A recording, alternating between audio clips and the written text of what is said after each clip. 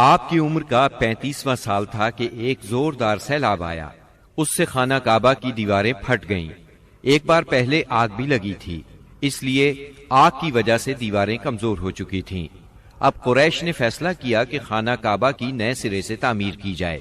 اس موقع پر انہوں نے فیصلہ کیا کہ اس تعمیر میں صرف حلال مال ہی خرچ کریں گے، چنانچہ رنڈی کی اجرت، سود کی دولت اور کسی کا ناحق لیا ہوا مال اس میں استعمال نہیں کریں گے۔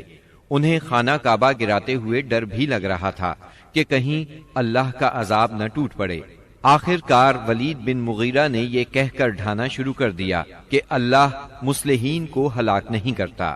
جب لوگوں نے دیکھا کہ اسے کچھ نہیں ہوا تو وہ بھی اس کام میں شریک ہو گئے اور سیدنا ابراہیم علیہ السلام والی بنیاد تک خانہ کعبہ گرا ڈالا۔ اس کے بعد تعمیر شروع کی۔ تعمیر کے لیے ہر قبیلے کا الگ الگ حصہ مقرر تھا۔ معززین اپنے کاندھوں پر پتھر لاتے اور ڈھیر لگاتے۔ نبی کریم صلی اللہ علیہ وسلم اور آپ کے چچا عباس بھی پتھر ڈھو رہے تھے۔ تعمیر کا کام باقوم نامی ایک رومی معمار کر رہا تھا۔ مال چونکہ اس قدر جمع نہ ہو سکا تھا کہ سیدنا ابراہیم علیہ السلام والی بنیادوں پر تعمیر مکمل کی جا سکتی، اس لیے شمال کی طرف سے قریباً 6 ہاتھ چھوڑ کر اس پر ایک چھوٹی سی دیوار اٹھا دی گئی تاکہ علامت باقی رہے کہ یہ بھی خانہ کعبہ کا حصہ ہے۔ اس کو ہجر اور حتیم کہتے ہیں۔ جب دیوار حجر اسود تک اٹھ گئی تو ہر سردار نے چاہا حجر اسود کو اس کی جگہ رکھنے کا شرف اسے حاصل ہو۔ اس پر سخت جھگڑا اٹھ کھڑا ہوا جو 4-5 روز تک جاری رہا۔ کسی طرح فیصلہ نہ ہو پایا کہ حجر اسود کون رکھے گا، اور قریب تھا کہ حرم میں خون ریزی ہو جائے، لیکن ابو امیہ کی ایک تجویز سب نے منظور کر لی۔ ابو امیہ سب سے زیادہ عمر رسیدہ تھا۔ اس نے کہا، میری تجویز یہ ہے کہ کل صبح مسجد حرام کے دروازے سے جو شخص سب سے پہلے داخل ہو اس سے فیصلہ کرا لیا جائے، یعنی وہ جس کے حق میں فیصلہ دے دے حجر اسود وہی اس کی جگہ پر رکھے گا۔ دوسرے دن صبح سویرے جو شخص سب سے پہلے داخل ہوا وہ نبی اکرم صلی اللہ علیہ وسلم تھے۔ قریش آپ کو دیکھتے ہی بول پڑے، هذا الامین رضینا هذا محمد، یہ تو محمد ہیں جو کہ امین ہیں، ہم ان سے راضی ہیں۔ پھر آپ ان کے نزدیک پہنچے تو آپ کو تفصیل سنائی گئی۔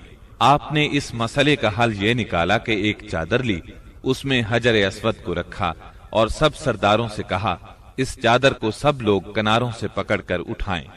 سب نے ایسا ہی کیا۔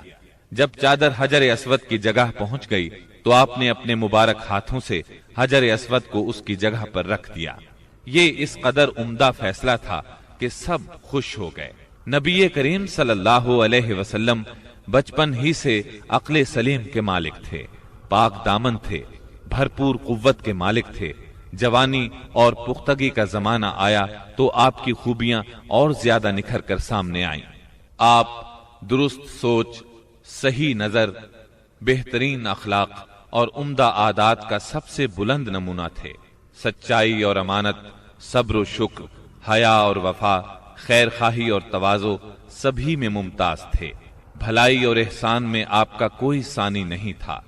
ابو طالب نے کیا خوب کہا ہے، ابیض یستسقى الغمام بوجهه ثمال الیتامی عصمت للارامل، وہ گورے مکھڑے والا جس کی برکت سے ابر رحمت برستا ہے، وہ یتیموں کا سہارا اور بیواؤں کا نگہبان ہے۔ آپ بہت صلہ رحمی کرنے والے تھے، لوگوں کا بوجھ اپنے سر لیتے تھے، کنگال کی ایسی مدد فرماتے کہ مالدار ہو جاتا یا روزگار سے لگ جاتا، مہمان کی مہمانی کرتے اور مصیبت کے مارے ہوں سے تعاون فرماتے۔ اللہ تعالیٰ نے آپ کی حفاظت اور نگہبانی کا خاص انتظام فرمایا تھا، اور قوم کے اندر پھیلی ہوئی خرافات اور برائیوں کے خلاف آپ کے دل میں نفرت ڈال دی تھی۔ چنانچہ آپ بتوں کی عید پر حاضر ہوتے، نہ شرک کے میلوں میں جاتے، اور نہ آپ آستانوں یا غیر اللہ کے نام پر ذبح کیا ہوا جانور کھاتے، نہ بتوں ہی کو چھوتے، اور نہ ان سے تقرب حاصل کرتے تھے۔ لات اور عزا کی قسم تو سننا بھی گوارا نہ فرماتے۔ شراب نوشی اور کھیل کود کی مجلسوں سے آپ انتہائی دور تھے۔ ایسی کسی مجلس میں آپ نے کبھی شرکت نہ فرمائی جبکہ یہی مجلس جوانوں کی تفریح اور دوستوں سے ملاقات کے مقامات تھی۔ اللہ نے آپ کو خلوت پسندی عطا فرمائی تھی۔ عربوں کی جہالت اور گناہ آلود زندگی نے آپ کو افسردہ اور غمگین بنا دیا تھا۔ آپ اپنے اطراف میں پھیلی ہوئی انسانی اجتماعی زندگی کا مشاہدہ فرماتے تو آپ کو یہ محسوس کر کے دکھ ہوتا کہ ایک اللہ کی عبادت کا تصور دینے والے دین کو وہ لوگ بالکل بھول چکے تھے، اس دین کو جو ان کے جد امجد سیدنا ابراہیم علیہ السلام کا دین تھا، اسے بالکل فراموش کر چکے تھے۔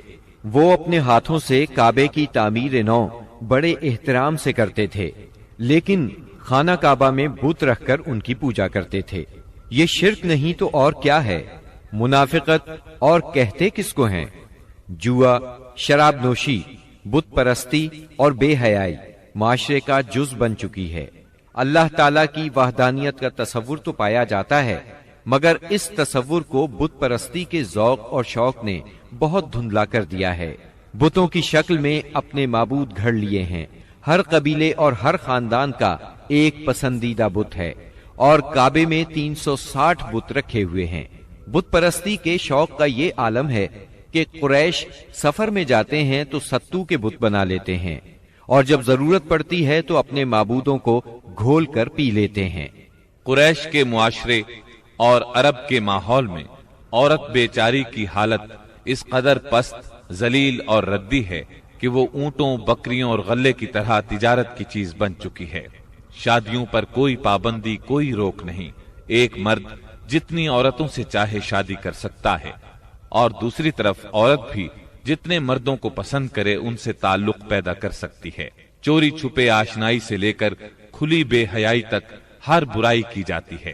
پستی اور گراوٹ کی انتہا ہے کہ منقولہ اور موروثی جائیداد کی طرح باپ کی بیویاں بھی بیٹے کو ورثے میں ملتی ہیں اور وہ اپنی حقیقی ماں کے سوا اپنی ستیلی ماؤں سے شادی کرنے میں کسی قسم کی آر محسوس نہیں کرتا۔ اس بے حیائی کے ساتھ عربوں میں ایک شدید مجرمانہ قسم کی غیرت بھی پائی جاتی ہے، وہ یہ کہ ہماری لڑکیاں کسی کو بیاہ ہی نہ جائیں، کوئی مرد ہمارا داماد نہ بنے۔ سنگ دلی کی حد تک اس غیر فطری غیرت کے سبب لڑکیاں زندہ دفن کی جاتی ہیں اور اس انتہا درجے کی بے رحمی پر الٹا فخر کیا جاتا ہے۔ آقا کو غلاموں کی موت اور زندگی پر پورا مالکانہ اختیار حاصل ہے۔ ملک میں کوئی مرکزیت نہیں پائی جاتی، ہر قبیلہ اپنے ایک سردار کے ماتحت خود مختار بنا بیٹھا ہے۔ اس چیز نے قبائل کو شدید قسم کی رقابتوں میں مبتلا کر دیا ہے۔ ذرا ذرا سی بات پر تلواریں نیام سے باہر آ جاتی ہیں اور بڑی خوفناک جنگیں ہوتی ہیں جن کا سلسلہ کئی پشتوں تک جاری رہتا ہے۔ آنے والی نسلیں اپنے اسلاف اور آباء و اجداد کے خون کا انتقام لیتی ہیں۔ گھوڑ دوڑ میں گھوڑا دوڑانے پر جھگڑا، کھیتوں میں بکریاں چرانے پر لڑائی اور چشموں سے پانی بھرنے پر خونریزی کرتے ہیں۔ اپنے دشمنوں کو قتل کر کے ان کی کھوپڑیوں میں شراب پیتے ہیں۔ عرب قوم جاہل ہے، لکھنا پڑھنا نہیں جانتی، مگر انہیں اپنی شاعری اور زباندانی پر اتنا گھمنڈ اور غرور ہے کہ ساری دنیا کو اپنی فصاحت اور شاعری کے مقابلے میں گنگا خیال کرتے ہیں۔ توہم پرستی انتہا کو پہنچی ہوئی ہے۔ ذرا ذرا سی بات پر فال نکالتے ہیں، پانسے پھینکتے ہیں۔ ہر طرف کہانت کا زور ہے۔ کاہنوں سے اپنی تقدیر اور مستقبل کے بارے میں پوچھتے ہیں۔ عرب کے باشندے اس آدمی کو قابل عزت اور شریف سمجھتے ہیں جس کے پاس بہت زیادہ اونٹ، بکریاں اور کھجور کے باغات ہوں، بہت سی دولت ہو، غلام ہوں، کنیزیں ہوں۔ نیکی، پرہیزگاری اور شرافت کا تصور ہی ان کے ذہنوں سے نکل چکا ہے۔ یہی وہ دور ہے جس کو دور جہالت کہا جاتا ہے۔ عرب کے معاشرے کی برائیوں نے ان کی فطری صلاحیتوں کو دبا دیا ہے، مثلاً شجاعت، حریت، عہد کی پابندی، مہمان نوازی، جفاکشی، فصاحت اور زباندانی، خود اعتمادی اور کسی کی مدد کے بغیر اپنی حفاظت خود کرنے کا جذبہ۔ ان تمام خوبیوں سے عرب آشنا ہیں، لیکن ان کی یہ خصوصیات صحیح رہنمائی نہ ہونے کی وجہ سے غلط راہوں پر پڑ گئی تھی اور ان کا بے جا استعمال ہو رہا تھا۔ ملک میں بعض ایسے قبائل بھی پائے جاتے تھے جو خانہ بدوش تھے، جہاں پانی کا چشمہ، سبزہ اور کھجوروں کے جھنڈ نظر آئے وہیں ڈیرے ڈال دیے، اور جب یہاں سے جی اکتا گیا تو اپنا مختصر سا سامان اونٹوں پر لاد کر وہاں سے چل دیے۔ یہ تھے عرب کے افسوسناک حالات، لیکن یہ یہاں تک محدود نہیں تھے۔ اس زمانے میں دنیا کے گوشے گوشے میں ایسی ہی پستی پائی جاتی تھی۔ کہیں آگ کی پوجا ہوتی تھی، کہیں محبت اور نفرت کے دیوتاؤں کے آگے سر جھکائے جاتے تھے۔ غرض اللہ تعالیٰ کے سوا اس کی ساری مخلوق کی عبادت ہو رہی تھی۔ حد یہ ہے کہ سانپ، درخت اور بندر تک معبود بنے ہوئے تھے۔ پتھر، جانور، چاند، سورج اور ستارے، یہاں تک کہ زمین پر رینگنے والے کیڑوں تک کی پرستش نے ساری دنیا کو شرک کا گڑھ بنا دیا تھا۔ ہر طرف جہالت کا اندھیرا اور شرک و کفر کی تاریکیاں چھائی ہوئی تھیں۔ ان سب میں صراط مستقیم گم ہو کر رہ گیا تھا۔